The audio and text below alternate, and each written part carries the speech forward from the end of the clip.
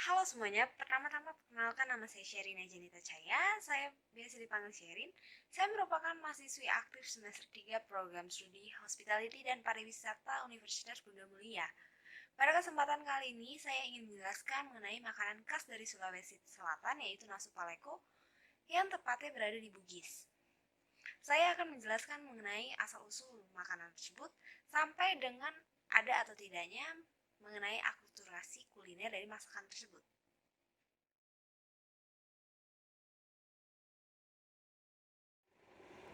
Nasu paleko terdiri dari dua kata dalam bahasa Bugis, yaitu nasu yang berarti memasak dan paleko yang berarti wajan yang terbuat dari tanah. Jadi nasu paleko itu memiliki arti memasak menggunakan wajan yang terbuat dari tanah. Pada zaman dahulu, orang Bugis memasak nasu paleko menggunakan wajan yang terbuat dari tanah. Tetapi seiring dengan perkembangan zaman, orang Bugis juga telah memasak menggunakan wajan aluminium. Nasu paleko merupakan kuliner khas Bugis yang diolah dari bahan baku daging bebek muda. Masakan ini juga biasanya disebut dengan daging bebek cincang karena dalam proses pengolahannya, daging bebek yang sudah disembeli akan dipotong kecil-kecil ataupun dicincang. Daging bebek yang dipilih haruslah daging bebek muda karena dalam pemilihan daging akan mempengaruhi tekstur dari daging itu saat memasak.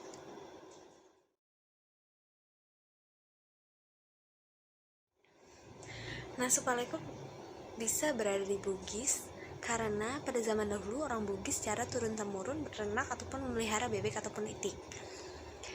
Dari situlah nenek moyang mereka memiliki ide terhadap bebek tersebut untuk diolah menjadi nasu paleko. Pada zaman dahulu, orang Bugis membuat nasu paleko hanya untuk menyambut kerabat ataupun teman dekat mereka yang datang berkunjung. Tapi seiring dengan perkembangan zaman, nasu paleko dapat dibuat di mana saja dan kapan saja. Tidak tergantung pada kerabat ataupun sanak saudara yang ingin datang berkunjung ke rumah mereka.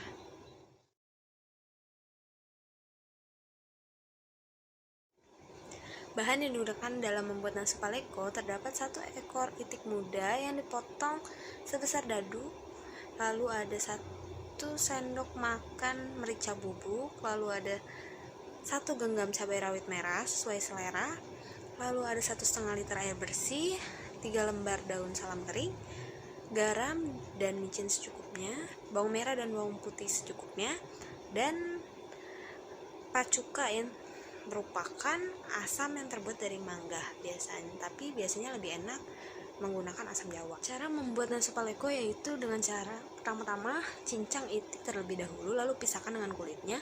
Kulitnya digunakan untuk menghasilkan minyak yang digunakan dalam menumis bumbu dari nasu paleko itu sendiri.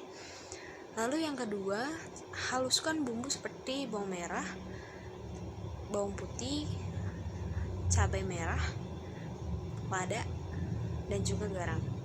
Sebetulnya penggunaan bawang putih itu digunakan sesuai selera karena biasanya dalam nasu paleko penggunaan bawang putih tidak terlalu diperlukan karena bisa menimbulkan bau yang kurang enak.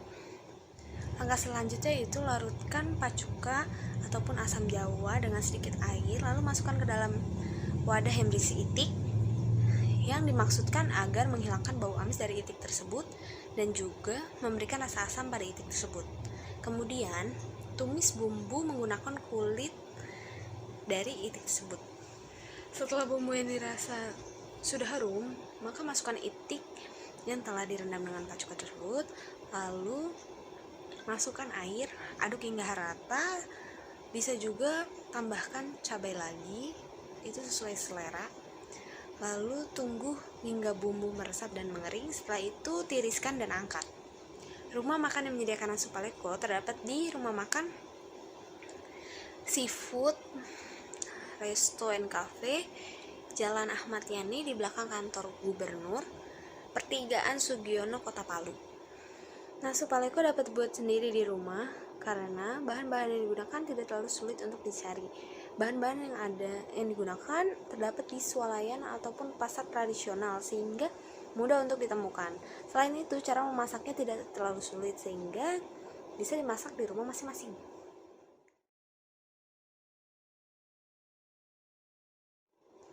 Sebelum membahas lebih lanjut, sebetulnya apa sih akulturasi itu? Akulturasi merupakan interaksi yang terjadi antar dua budaya yang menghasilkan kebudayaan baru dengan tidak menghilangkan nilai ataupun unsur asli dari masing-masing budaya tersebut. Nasu paleko merupakan makanan khas asli dari Bugis. Oleh karena itu, nasu paleko tidak mengandung akulturasi kuliner. Tetapi contoh makanan yang mengandung akulturasi kuliner yaitu soto. Mengapa soto disebut sebagai mengandung akulturasi kuliner? Karena soto merupakan perpaduan dari kebudayaan Indonesia, Tiongkok maupun India. Tak banyak yang menyebut soto sebagai soto, padahal soto berasal dari bahasa Hokkien yaitu chauto ataupun sauto, tapi lambat laun penyebutannya menjadi soto.